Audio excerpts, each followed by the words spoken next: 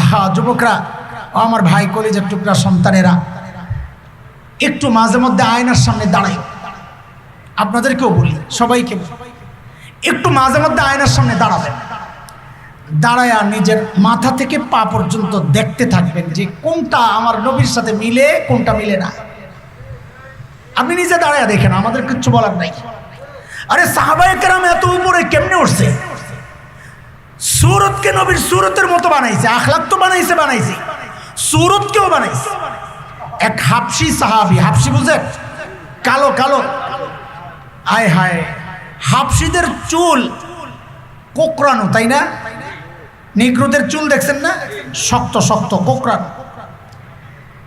এক হাবশি সাহাবী, আশেকে রসুল কারে কয় দেখেন, এক হাবশি সাহাবী, তার মনের একটা কষ্ট যে আমার মাথাটা আমার নবীর মতো না। কারণ নবী আলাইহিস সালাম মাঝখানে সীতা করতেন, বাবরি রাখছেন তো মাঝখানে সীতা, ফাঁক, মাঝখানে ফাঁক। আমাদের যাদের চুল ঘুরে, আমি তো গাউরা পাবলিক, আমার চুল ঘুরে না, আমি অনেক চেষ্টা করছি, একদিকেই থাকে। যাদেরটা ঘুরে তারা মাঝখান দিয়ে সীতা করার চেষ্টা করে। সাহাবীদের সাথে আমাদের পার্থক্য তো এই জায়গায়। আমি হাসান জামিল তো এই কাম করতে পারি না, এই সাহাবী যে এই কাম করছে শোনেন। হাবশি সাহাবী গোসল করে করে আয়া খালি মাথায় চিরুনি লাগায়, মাঝখানে ফাঁক করে, দেখে যে সেই মাঝখানে ফাঁক করে, তার দিলে বড় কষ্ট। আয় আমার মাথাটা কেন আমার নবীর মতো না। একদিন কি করছে, জিদ, এশক, এটা এশক মানুষকে পাগল বানায়, তাই না? হ্যাঁ, দুনিয়ার এশকে মানুষ পাগল হয়, অনেক পাগল আছে, আখিরাতের এশকেও পাগল হয়। আল্লাহর হাবিবের ওই আশেক কি করছে, একটা লোহা গরম করছে। লোহা গরম করে যখন টকটকে লাল, লোহাটা আইনা ঠিক মাথা বরাবর লাগাই, জইলা পুইরা মাঝখান দিয়া ভাগ হয়ে গেছে। সঙ্গীরা জিজ্ঞেস করে, তুই ব্যথা পাস না? কি করলি রে পাগলামি? হ্যাঁ ব্যথা তো পাই, কিন্তু আমার কলিজার ব্যথা আজকে ঠান্ডা হয়ে গেছে, এখন আমার মাথাও আমার নবীর মতো। সাহাবায়ে কেরাম নবীরে কিভাবে মানছেন? আরে নতুন একজন আসলে অবস্থা বুঝেন। এই যে এখানে আমি আপনাদের সামনে বসে আছি, বাইরের থেকে একটা লোক আসলেই বুঝবে না আমি আলাদা কেউ, বলেন না? বুঝবে না, কারণ আমাদের অবস্থাও এরকমই, আলাদা কিছু দেখলেই মনে হয়। অথচ সাহাবায়ে কেরাম আল্লাহর নবীরে এমনভাবে মানছেন, নিজের সুরতটা এমনভাবে নবীর মতো বানাইছেন। নতুন কেউ আসলে জিজ্ঞেস করত এই কথা, নতুন কেউ আসলে জিজ্ঞেস করত, মান মিনকুম মুহাম্মদ, তোমাদের মধ্যে মুহাম্মদ কে? আল্লাহু আকবার। কি জিজ্ঞেস করতো? কি জিজ্ঞেস করতো? তোমাদের মধ্যে? কারণ দেখা আলাদা করা যাচ্ছে না, কারণ সবাই দেখতে একরকম, চুল একরকম, দাড়ি একরকম, মুখ একরকম, কাপড় একরকম, আলাদা করে বলার মতো বোঝার মতো তো নাই। আল্লাহু আকবার। হিজরতের সময় হযরত সাইয়েদনা আবু বকর সিদ্দিক রাদিয়াল্লাহু আনহু নবী আলাইহিস সালামের সঙ্গী। তো আবু বকর রাদিয়াল্লাহু আনহু যখন মদিনায় ঢুকেন নবী সহ, সাইয়েদনা আবু বকর আগে আগে হাঁটতেছেন। আবু বকর কোথায়? নবী আলাইহিস সালাম কোথায়? কেন? সাইয়েদনা আবু বকরের চিন্তা, দুনিয়ার মানুষের একটা বদ অভ্যাস হচ্ছে, মানুষ মহাব্বতের নামে মাহবুবকে কষ্ট দেয়। বলেন, মহাব্বতের নামে, এটা বাংলাদেশে খুব বেশি। একটু মুসাফা করা লাগবে হুজুরের লগে, হুজুরের হাড্ডি ভেঙে যাক, তাতে আমার কি আসা যায়, এমন জাতা খাওয়া লাগে মাঝে মাঝে। তো এই মানুষ মহাব্বতের নামে মাহবুবরে কি দেয়? সাইয়েদনা আবু বকরের চিন্তা, মদিনায় যাচ্ছে, পুরান যারা মক্কা থেকে দেখে আসছে নবীরে তারা তো চিনে, নতুন যারা তারা তো নবীকে চিনবে না। তো নবী যদি সামনাসামনি থাকেন তো বুঝবে ইনি নবী। তো আয়েশা মুসাফা করতে চাইবে, একটু ছুঁইতে চাইবে, একটু ধরতে চাইবে, পাগল হয়ে আছে সাহাবায়ে কেরাম মদিনার যারা দেখে নাই, দেখার জন্য। হযরত আবু বকর সিদ্দিক কি করছেন বুদ্ধি কইরা, আমি সামনাসামনি হাঁটি, তাহলে মুসাফা যা যায় আমার উপরে দিয়ে যাইব। এখন আবু বকর সামনে, নবী কোথায়? আল্লাহ কিসমত ভালো, ওই সময় টাচ মোবাইল আর ফেসবুক ছিল না, যদি থাকতো দূর থেকে একজন ছবি তুলে ফেসবুকে দেওয়া যেত, দেখো আবু বকরের অবস্থা কত বেয়াদব, নাউজুবিল্লাহ, নবীরে পিছে রেখে রেখে সামনে আটতাস দিত আয় রে ফেসবুক, খাই রে ফেসবুক। কিন্তু আবু বকরের দিলে কি ঘুরতেছে এটা ও কি বুঝবে? আবু বকরের দিলে তো ঘুরতেছে, আমি যদি আগে যাই পিছনে থাকি, হামলাটা পড়বে কার উপর? তো এখন আবু বকর সামনে, সবাই মুসাফা করতেছে, কার সাথে? আবু বকর মুসাফা করতেছে, নবী পিছনে পিছনে হাঁটতেছে, যা চলো কাম। প্রকাশ পাইল কখন? যখন নবী আলাইহিস সালাম বসা, রোদ উঠতেছে, খালি সকালে ভোরে ঢুকছেন তো, রোদ উঠতেছে মাত্র, রোদ একটু তেজ হয়েছে, সূর্যটা একটু তেজ হয়েছে, নবী আলাইহিস সালামের কপালে লাগছে, ঘাম বের হইতেছে। এখন তো আর আবু বকরের সহ্য হয় না। কি করছেন? নিজের গায়ের চাদরটা দিয়ে মাথার উপর এইভাবে ছায়া দিছেন। এখন পাবলিক বুঝা গেছে, আরে নবী তো এটা না, নবী তো এটা। এই যে এমন কাহিনী হইল, কারণ কি? কারণ হইল আলাদা করা যাচ্ছে না। তাকায় দেখে চুল একরকম, দাড়ি একরকম, হাটেও একরকম, হাসেও একরকম, কথাও একরকম, জামাও একরকম, জুতাও একরকম। তাকায় আলাদা করার সুযোগ নাই। কেন? সাহাবায়ে কেরাম নিজের সুরতটারেও নবীর মতো বানিয়েছে। এই জন্য বলি দোস্ত, মাঝে মধ্যে আয়নার সামনে দাঁড়াইবা, মাথা থেকে পা পর্যন্ত চেক করতে থাকবা, আমার কোন জিনিসটা নবীর সাথে মিলে। আফসোস করে বলতে হয়, অনেক আল্লাহর বান্দা পাওয়া যাবে চুল থেকে পায়ের নখ পর্যন্ত একটা অঙ্গ দেখাইতে পারবে না যে অঙ্গটা তার নবীর সাথে মিলে গেছে। দাঁড়াইবা কি নিয়া? আরে দাঁড়াইবা কি নিয়া? হাসরের মাঠে নবী আলাইহিস সালামের সামনে দাঁড়াইবা কি নিয়া? পুঁজি কি তোমার? আরে সুরতটাও যদি থাকে তাও তো মাপ পাওয়ার একটা ব্যবস্থা। আচ্ছা, আপনাকে কষ্ট বেশি হইতেছে? দিল থেকে কইছেন না আমারে খুশি করা? আচ্ছা, কষ্ট লাগলে যায়েন। সুরতের যে কি দাম, একটা উদাহরণ না দিলে আমার ভালো লাগতেছে না। আমার খোঁচায় খালি কথায়, কথা খালি এদিক ওদিক জায়গা, মাফ করে দিয়ে না মানে। আল্লাহু আকবার। ফেরাউন ডাকছে, ফেরাউন ডাকছে জাদুকরদেরকে। খেয়াল করেন সুরতের কি দাম, সুরতের কি দাম। ফেরাউন ডাকছে কাদেরকে? জাদুকরদেরকে। বলে মুসা এক জাদু দেখায়, নাউজুবিল্লাহ। বলে নবীরা জাদু দেখায়। নবীরা কেন জাদু দেখাবেন? জাদু এটা খারাপ জিনিস, খারাপ জিনিস নবীরা কেন করবে? তো ওরা মনে করে এটাও জাদু, লাঠি ছেড়ে দিলে সাপ হয়ে যায়। এর সর্বনাশ। ফেরাউন জাদুঘরে ডাকছে, জাদুঘর, সব জাদুঘর, বড় বড় জাদুঘর যা আছে সব ডাকছে। কেন? মুসা আলাইহিস সালামের লগে জাদুর প্রতিযোগিতা হবে। কিসের প্রতিযোগিতা? মুসা আলাইহিস সালামেরটা ছিল মুআজিজা। বলেন কি ছিল? কি ছিল না? এখন ফেরাউনের দরবারের সিস্টেম হইল খেলাধুলা প্রতিযোগিতা যাই হয়, পোশাক একরকম হইতে হয়। ওই যে কি বলে এটারে, খেলোয়াড়রা পরে জার্সি, জার্সি, এক জার্সি হইতে হইব, খেলতেই বিভিন্ন রকমের জার্সি গাও দিয়ে খেলা যাবে না। এটা ফেরাউনের দরবারের সিস্টেম।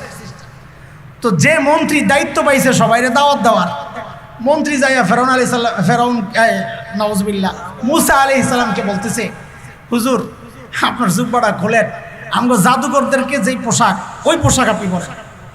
মুসা আলাইহিস সালাম ভূতে পাইছে না, নাউজুবিল্লাহ মিন যালিক, উনি জাদুকরকে পোশাক পরবে না, নাউজুবিল্লাহ। মুসা আলাইহিস সালাম কয়, তোমার লাগলে আমারে ডাকো, নাইলে বাদ দাও, আমি ওই পোশাক পরতে পারবো না। বেটায় পড়ছেনি বিপদে। এখন ফেরাউনের সামনে যদি হাজির করে, আর ফেরাউন যদি দেখে পোশাক দুই রকম, তো মন্ত্রীরে মেরে নেবে। মন্ত্রী চালাকি করে কি করছে, ঠিক মুসা আলাইহিস সালামের পোশাক দেখেন, হকের উপর থাকলে যে আল্লাহ ব্যবস্থা করে, মুসা আলাইহিস সালামের যেরকম ঢিলেঢালা জামা জুব্বা, ওই মন্ত্রী যায়া সব জাদুঘরের জন্য ওই রকম ঢিলেঢালা পোশাক বানাইছে, বানায় অগরে পরে দিছে। এখন সব জার্সি একরকম হয়েছে নি, কথা কন হয়েছে নি। এখন আসছে সবাই।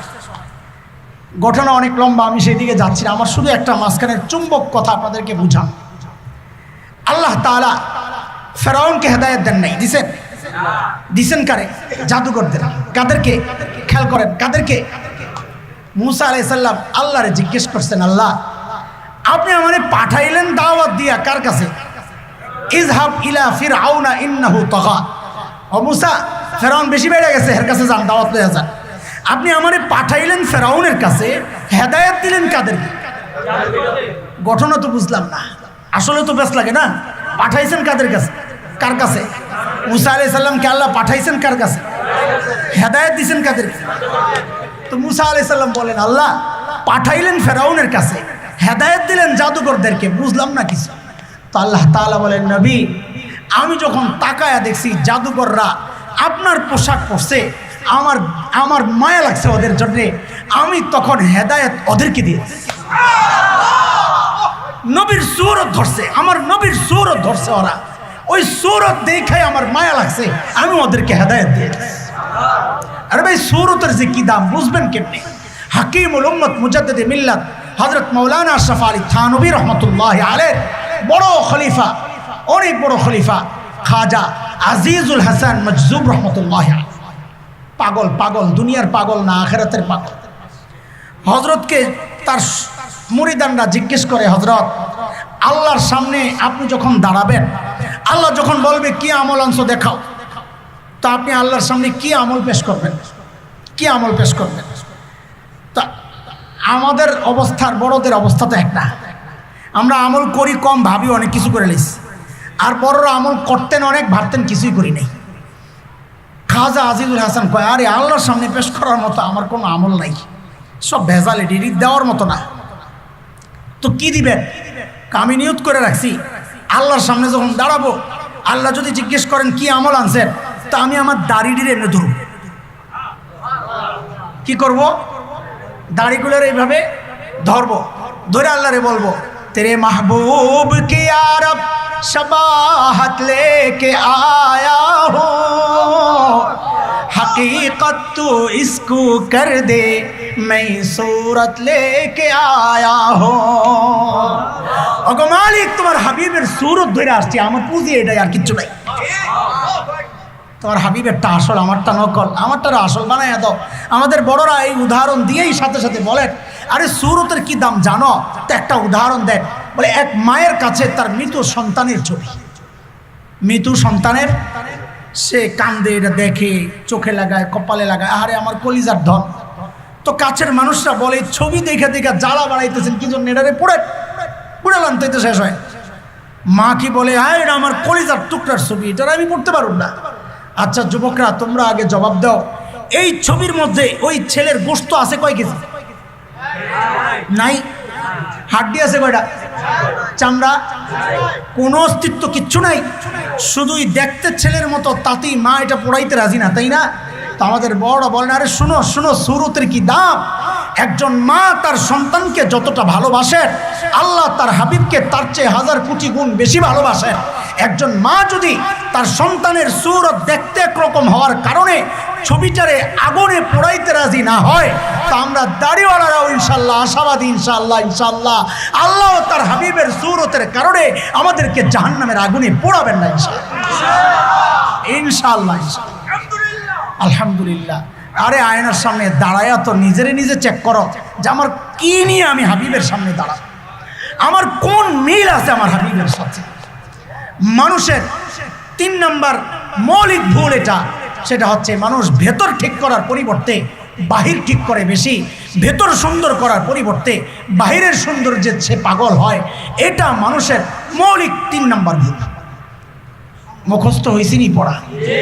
শোনায় আলান। 1 নম্বর মৌলিক ভুল টার্গেট ভুল। 2 নম্বর মৌলিক ভুল বস্তুবাদী হওয়া। এটা বস্তুর মধ্যে মেহনত, ভেতরে মেহনত করা দরকার ছিল। 3 নম্বর মৌলিক ভুল বাহ্যিক সুরত সুন্দর করা, এটা না করে সিরত সুন্দর করা দরকার ছিল, বাহ্যিকটা নবীর মতো বানানো দরকার ছিল। এটা মানুষের 3 নম্বর মৌলিক ভুল। 4 নম্বরটা বলবো না শেষ করবো? বলেন আপনারা দিল থেকে, আল্লাহ সহজ করে দেন। আমার নিজেরই তো খারাপ লাগতেছে, আপনি করে ভয় রাখছে।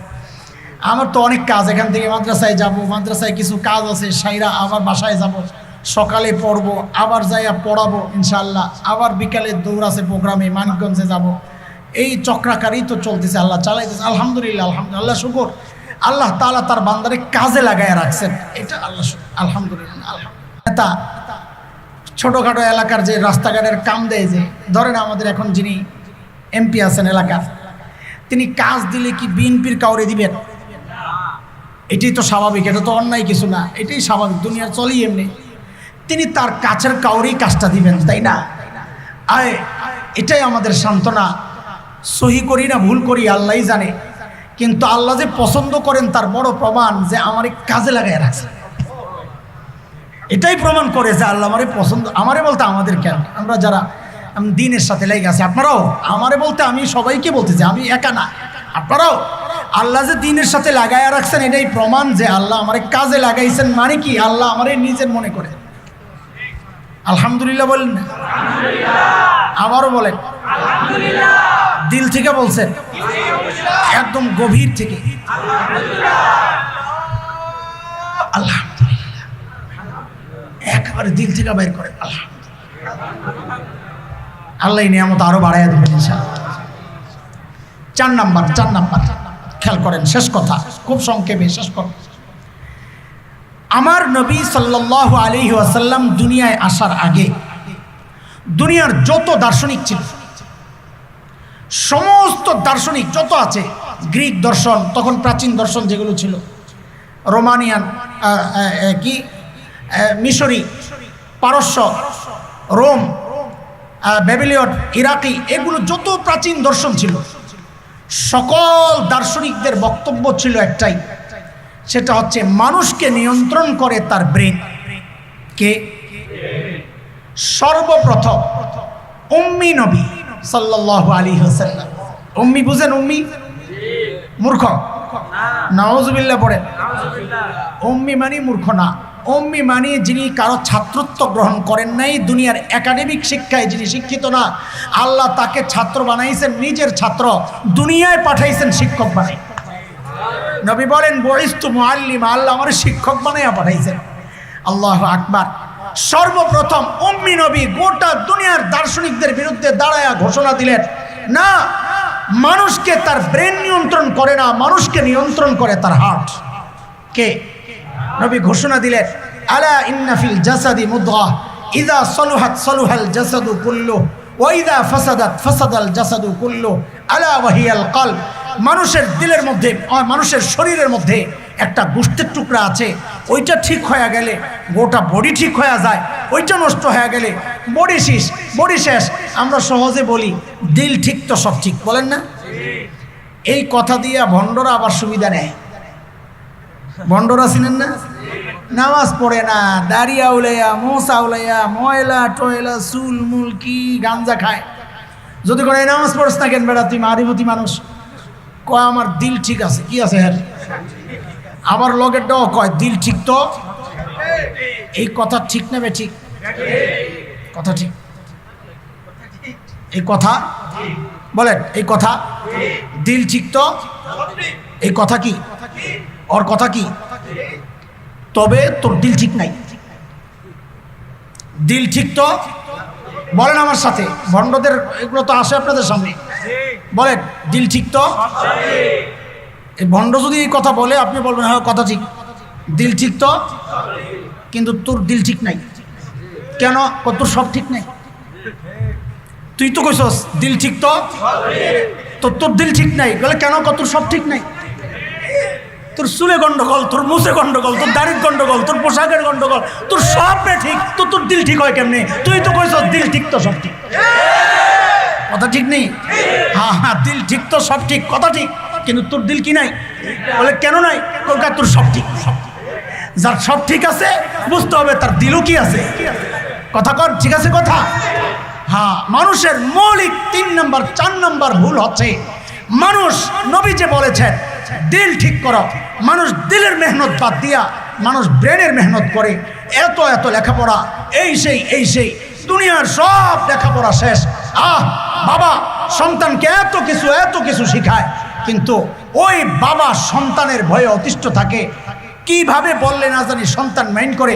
অথচ এই যে আমাদের কলিজার টুকরা মাদ্রাসা ছাত্র সন্তানেরা, দিনদার ছেলেরা, পার্থক্য কোথায় দেখেন? মৌলিক পার্থক্য। যার দিল ঠিক তার সাথে অন্যদের মৌলিক পার্থক্য কোথায়? যাদের দিল ঠিক নাই, ব্রেন ঠিক হয়েছে, অনেক বড় শিক্ষিত, পার্থক্য কোথায়? মা বাবা ওদের সাথে কথা বলার সময় ডরায়া কথা বলে, কোনটা বললে অমাইন্ড করে। আর যদি দিল ঠিক হয়ে যায় ও ডরায়া কথা বলে, আরে কোনটা বললে না জানি আমার আখিরাত বরবাদ হয়ে যায়। মৌলিক পার্থক্য। দিল ঠিক হবে না তো ব্রেনের কাজ কি? মূল হইল দিল। দিল কাউকে পছন্দ করে তো ব্রেনও তার দ্বারা, ব্রেন দ্বারা দিলের যে ইচ্ছা, দিলের ইচ্ছা বাস্তবায়ন হয় ব্রেন দিয়া। বলেন দিলের ইচ্ছা বাস্তবায়ন হয় কি দিয়া? দিল কাউকে ভালোবাসে, এটা ব্রেন দিয়া বাস্তবায়নের চেষ্টা করে, কিভাবে ভালোবাসা প্রকাশ করা যায় ব্রেনে ঘুরতে থাকে। দিল যাকে কবুল করে না, ব্রেন দিয়া তখন তার পেছনে কিভাবে লাগা যায় খালি এই চিন্তা করতে থাকে। হ্যাঁ, এই জন্যে মানুষের মৌলিক ভুলের মধ্যে এটা একটা ভুল যে মানুষ ব্রেন ঠিক করার চেষ্টা, কত বেশি লেখাপড়া, কম্পিউটার তুলে দাও, ইন্টারনেট তুলে দাও, সেট তুলে দাও, এটা তুলে দাও, ওইটা তুলে দাও, ওই দেশে পাঠাও, ওই ডিগ্রি আনো, কিন্তু একজন আল্লাহওয়ালার কাছে পাঠায়। এটা মানুষের মৌলিক ভুল। একটা আপনি যাই করেন নিজেও আল্লাহওয়ালার কাছে যান, সন্তানকেও আল্লাহওয়ালার কাছে পাঠায়া দেন। কেন? ব্রেন যতই উন্নত হোক, দিল যদি ঠিক না হয় আখিরাত পাইবেন না। আরে দুনিয়ার পেছনে এমন লাগছি, আমি বলি মাঝে মধ্যে যে আমাদের কপাল একটা ফ্ল্যাট করার সময় চিন্তা করি যে কোন জায়গায় আমার রুমটা ভালো হইলে আলো বাতাস ঢুকবে, মাথায় এই জিনিসটা ঢুকে না। কিভাবে ফ্ল্যাটগুলা সাজাইলে আমার বউ বাচ্চা পর্দার সাথে থাকবে, এটা মাথায় ঢুকে না। ঘরের কোন রুমটা শোয়ার জন্য বেটার হবে ওইটা চিন্তা করি। কোন কোণা দিয়া নামাজের জন্য একটা সুন্দর আলাদা জায়গা করা যায় ওইটা আমার মাথায় নাই। সারা দিন খালি দুনিয়া নিয়ে গবেষণা, আমার আখিরাতের চিন্তা কোনো কারো খবর নাই। এটা মানুষের মৌলিক সমস্যা। এই চার ভুল যদি মানুষ শুধরাইতে পারে তো আল্লাহ তাআলা বলেন, ইন্নী লা উদিউ আজরা মান আমিলা সালিহাম মিন যাকারিন আও উনসা। ভালো মন্দ, ভালো কাজ পুরুষ হোক নারী হোক যেই করে, আমি আল্লাহ ওয়াদা করতেছি আমি এটা নষ্ট হইতে দিব না, আমি তার বিনিময়ে দিয়েই দিই। আজকের এই মজলিসের শেষ কথা, এই মৌলিক ভুলগুলো ঠিক করার জন্যই এই মাদ্রাসা। এই মৌলিক ভুলগুলো ঠিক করার জন্যই মৌলিক ভুলগুলো ঠিক করার জন্যই খানকা, আল্লাহ ওয়ালাদের খানকা। মৌলিক ভুলগুলো ঠিক করার জন্যই দাওয়াত ও তাবলীগের মেহনত। আপনি একটার সাথে জুড়বেন, হয় দাওয়াত ও তাবলীগের মেহনতের সাথে জুড়েন, বলে কেন? আপনার মৌলিক ভুল ঠিক করবেন। অথবা কোনো আল্লাহ ওয়ালার খানকায় চলে যান, তার সোহবতে চলে যান, বলে কেন যাব? বলে মৌলিক ভুল ঠিক করেন। অথবা মাদ্রাসায় চলে আসেন, বলে কেন? বলে মৌলিক ভুল ঠিক করেন। আল্লাহর নবী দুনিয়ার সর্বশ্রেষ্ঠ মানুষগুলোকে রেখে গেছেন, কেমনে রাখছেন? ওই মৌলিক ভুল ঠিক কইরা, মূল উদ্দেশ্যগুলো বাস্তবায়ন কইরা দুনিয়ায় এমন মানুষ রেখে গেছেন। যখন সর্বপ্রথম ভারতের সরকার গঠন হয়, হিন্দু প্রধানমন্ত্রী তিনি সংসদে দাঁড়ায়া সর্বপ্রথম বলতেছেন, আজকে যদি আমি সহযোগী হিসাবে ওমরের মতো কাউরে পাইতাম আমার দেশ চমকে। আল্লাহু আকবার। আল্লাহর হাবিব কি মানুষ রেখে গেছে, কেন? ও মৌলিক ভুল ঠিক করে দিয়েছেন। এখন বলেন, মৌলিক ভুল ঠিক করতে প্রস্তুত আছি ইনশাআল্লাহ? তাহলে কই যাইতে হবে? মাদ্রাসায়, অথবা কোনো আল্লাহওয়ালার কাছে, অথবা দাওয়াত ও তাবলীগের মেহনতের সাথে। ঠিক আছে ইনশাআল্লাহ? এই জায়গাগুলো আমাকে মৌলিক ভুল ঠিক করে দিবে। আমি অন্য কোনো খেদমতকে অস্বীকার করতেছি না। দেখেন, আমি জেহাদের মানুষ, পছন্দ করা মানুষ। আমি কোনো রাজনীতি করি না, কিন্তু যারা করে এদেরকে ঘৃণাও করি না। একটা অবস্থান তাদের আছে, কাজ করতেছে। আমার ভাই একদিন আসছে আমার কাছে পরামর্শ চাইতে, রাজনীতি ছেড়ে দেবো মনে করে। আমি আরে ভাই ছাড়ার দরকার কি? যেটা করতেছেন করেন, যেটা জরুরত ওইটা বাড়াইতে থাকেন না, যেটা করতেছেন করেন, ছাড়ার দরকার কি? যারা করতেছে কিছু কাজ তো হইতেছে। বাতিলরা একটা থ্রেট তো ওদের মাধ্যমেই পায়, খানকাওয়ালার মাধ্যমে তো আর পায় না, মাদ্রাসাওয়ালার মাধ্যমে তো আর পায় না। থ্রেট পায় জেহাদিদের মাধ্যমে, আর ওই রাজনীতির মাঠে যারা আছে তাদের মাধ্যমে। একটু ডরায় তো অকারণেই, নাহলে আম করে কে ডরায় মোল্লারে? তো ওগুলা খেদমত তো আমি অস্বীকার করছি না, কিন্তু মৌলিক ওই ভুল ঠিক করতে হইলে মৌলিক শিক্ষা যেখানে হয় সেই জায়গায় আসতে হবে ইনশাআল্লাহ। সেটা হয় মাদ্রাসা, হয় কোনো আল্লাহওয়ালার খানকা, অথবা দাওয়াত ও তাবলীগের মেহনত। ও কানা আছে কে কে? এখানে কানা আছে কে কে? হাত তোলেন তো। না না, সবাই কানা হইলে মুসিবত। ল্যাংরা হাত তুলেন না, ল্যাংরার কানা মনে আছে? কোনো ল্যাংরায় হাত তুলবে না। যারা একটু একটু ল্যাংরা হয়েছে, মানে মাদ্রাসায় পড়া শুরু করছে, এরাও হাত তোলার দরকার নাই। নিরেট কানা কে কে আছে? শরম লাগে? আমি কি আপনাদেরকে অপমান করতেছি? এটা তো বোঝানোর জন্যে বলা। মানে দ্বীনি শিক্ষায় শিক্ষিত না এমন আমরা কারা আছি?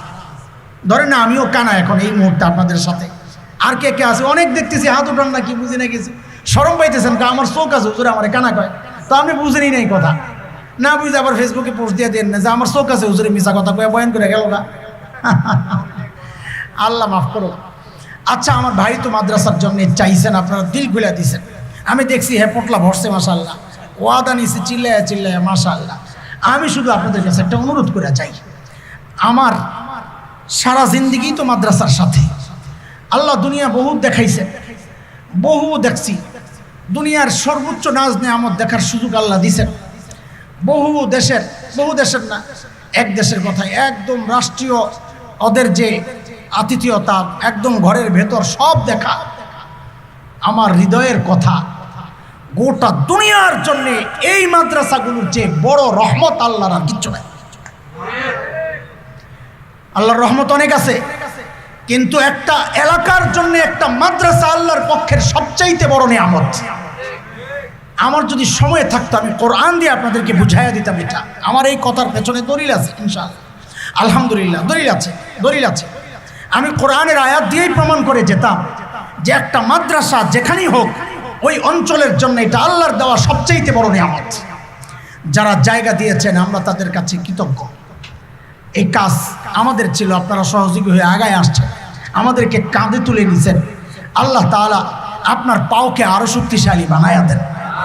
আপনি অন্ধ, আপনার সন্তান যেন অন্ধ না হয়, আপনার পরবর্তী জেনারেশন যেন আলেম হয়ে যান, দোয়া করি। আল্লাহ যারা আমাদেরকে কাঁধে নেওয়ার জন্য 1 টাকা দিয়েও সহযোগিতা করেছেন, আমার ভাই বলছেন না বয়ানে 2 টাকা নিয়ে আসছে পেছন থেকে, টাকা দিয়ে বেড়ারের সামনে এনে বসাই দেয় 2 টাকা। তার ওই 2 টাকার মূল্য অনেক, কারণ তার পুঁজিটাই তো ছিল এটা। ওমর গাঠি নিয়ে আইছে, আবু বকর ছোট্ট পোটলা জিতে গেছে। আবু বকর কেন? ওমর আনছে ঘরের অর্ধেক, আবু বকর আনছে যা ছিল তাই। জিতছে কে? আবু বকর। গাঠি বড় না ছোট, নোট বড় না ছোট, বিষয় এটা না। আল্লাহ আপনার দিলের দিকে তাকাবেন, আপনি কোন দিল থেকে দিতেছেন। আমি আপনাদের কাছে চাইবো না কিচ্ছু, আজকে কিচ্ছু চাইবো না, শুধু এতটুকু বলি এই মাদ্রাসাগুলো আমাদের সবার। আপনাদেরও জিজ্ঞেস করি, মাদ্রাসা আপনাদেরও না খালি মোল্লাদের? বলেন কাদের? আমাদের সবার। বাকি আমরা কেউ ল্যাংরা কেউ কানা, পার্থক্য এতটুকুই। মাদ্রাসা কার? বলেন মাদ্রাসা কার? সবার। পার্থক্য শুধু কেউ ল্যাংরা কেউ কানা। ল্যাংরা হই আর কানা হই, মাদ্রাসা। আপনারা মনে করবেন এটা আমাদের গর্বের ঠিকানা। এই পুরো অঞ্চলের জন্য এই মাদ্রাসা আমাদের কি? বলেন কি এটা? গর্ব যদি মনে করতে না পারেন এটা আপনার ব্যর্থতা, এটা আপনার ব্যর্থতা। আমার যুবক ভাই, আমার যে সমস্ত ভাইরা মাদ্রাসার জন্য এই সহযোগিতা অতীতে করেছেন, ভবিষ্যতে করার ওয়াদা করেছেন, যারা করেন নাই তারাও নিয়ত করে ফেলার ইনশাআল্লাহ যে যা হয় নিজের ঘরের জরুরতকে যেমন জরুরত মনে করি, মাদ্রাসার জরুরতকেও আমি আমার জরুরত মনে করবো ইনশাআল্লাহ। ঠিক আছে ইনশাআল্লাহ? এত লম্বা সময় আপনারা আমারই দিছেন, আমার মতো এই ভাঙ্গা গলার মানুষটার কথাগুলো এত মনোযোগ দিয়ে শুনছেন, আমি আপনাদের কাছে কৃতজ্ঞ। আল্লাহ তাআলা এই কথাগুলোর উপর 1 নম্বরে আমারে আমলের তৌফিক দান করেন। সাথে যারা শুনছেন সবাইকে, যাদের কান পর্যন্ত কথাগুলো পৌঁছে যায়, সবাইকে আল্লাহ তাআলা এই কথাগুলোর উপর আমল করে মৌলিক ভুলগুলো শুধরাইয়া আল্লাহর হাবিব সাল্লাল্লাহু আলাইহি সাল্লাম যে মিশন নিয়ে আসছিলেন মানুষকে আখিরাতমুখী বানানোর জন্যে, আল্লাহ তাআলা আমাদের সবাইকে আখিরাতমুখী বানায়া দেন। আমিন।